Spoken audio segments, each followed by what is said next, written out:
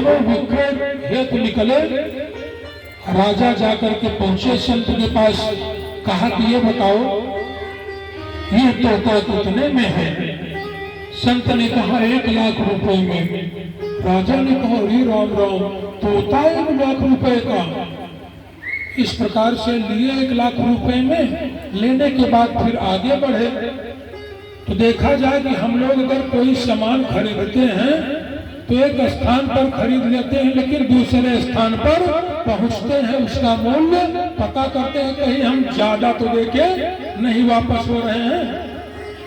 तो राजा पहुंचे उस कसाई के पास, कहा कि भैया तोता कितने में दे रहे हो? कहा कि मात्र 2 रुपए में। राजा ने सोचा कि हम ठग लिए गए। राजा उस तोते को भी खरीद लिए, सोचा कि ये सस्ता है, लेते चले। ले जाने के बाद महंगी वस्तु को व्यक्ति सुरक्षित रखता है। 1 लाख रुपए का जो तोता था उसको घर में ले जा करके रख दिए, और जो 2 रुपए का तोता था उसको बाहर कर दिए। अब जब सुबह होने को हुआ तो तोता बोल जा रहा है 4 बजे। यद्यपि राजा 7 बजे तक प्रतिदिन सोते थे, लेकिन वह तोता क्या बोल रहा है? कबीरा सोकर क्या करे, जागत करो मुरार, एक दिन तो है सोना, लागे पाँव पसार। अरे हे राजा उठ, एक दिन तो तुझको सोना ही सोना है, सदैव सोता रहेगा, लेकिन यह समय सुबह का है, उठ जा। जब नहीं उठे तो फिर दोबारा बोल रहा है। 1 लाख रुपए वाला तोता, धन यौवन यूं जाएगा, जय विधि उड़न कपूर, नारायण हरि भजन कर, क्यों चाहते जग घोर। तुरंत राजा उठ गया कि धन हो, आज तक मैंने कभी उठा नहीं, लेकिन यह तोता वास्तविक में इसका 1 लाख रुपए भी कम मैंने दिया कि जो मुझको सुबह 4 बजे जगा दिया। प्रसन्न हो गए राजा। प्रसन्न होने के बाद कहा कि जाओ देखो बाहर वाला तोता क्या कह रहा है।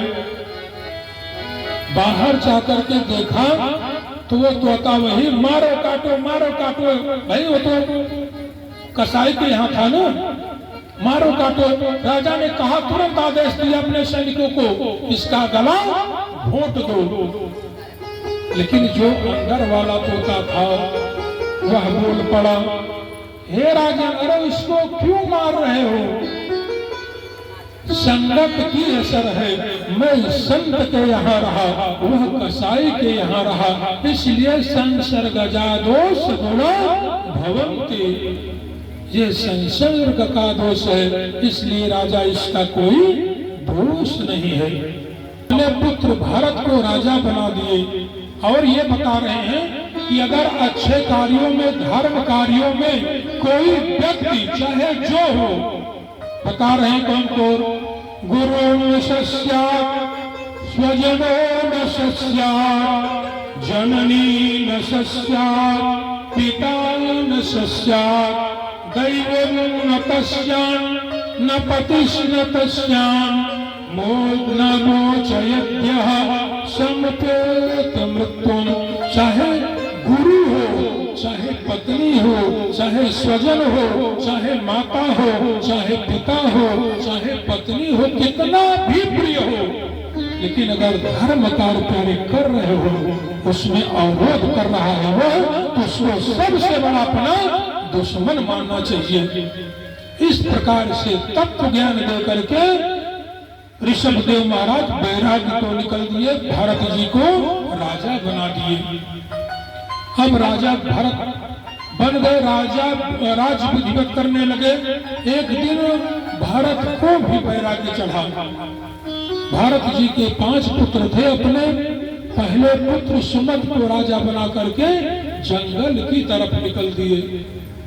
पुलहा आश्रम में सत्संग कर रहे हैं, विधिवत एकदम पूजन पाठ कर रहे हैं। एक समय की बात है, सुबह 4 बजे संध्या के लिए वह जल ले रहे थे। उसी समय एक मृगी जल पी रही थी। उधर से सिंह की दहाड़ आई।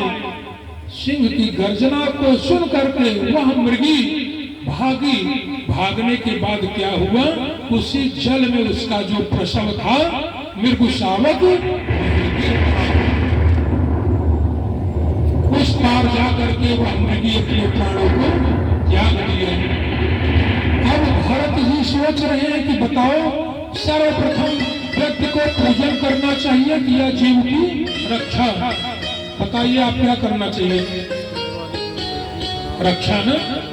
तो रक्षा वही किए कि पूजन को त्याग करके रक्षा किए। लेकिन रक्षा करने के बाद उसमें मोहाग्रसित व्यक्ति को नहीं होना चाहिए।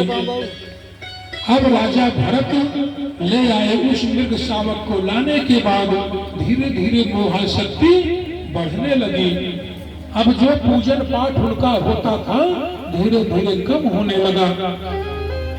जब कम होने लगा तो कभी कभी वह जो बच्चा था मृग शावक आकर के चाटने लगता था, तो भरत जी डांट देते थे, तो वह जाकर के रुष्ट होकर के बैठ जाता था। भरत जी जाकर के मनाते थे। लेकिन धीरे धीरे समय ऐसा आया कि एक दिन मृगों का झुंड आया। झुंड के साथ वह मृग शावक निकल गया। अब भरत जी कभी सूर्य से कभी चंद्रमा से पूछ रहे कि बताओ उस मृग शावक को आप लोगों ने देखा कहाँ? यद्यपि सब कह रहे कि मैंने नहीं देखा। उसी के चिंता में एक दिन अपने प्राणों को त्याग दिए। तो देखा जाए कि मोहाग्रसित मोहाशक्ति किसके प्रति उनकी हुई?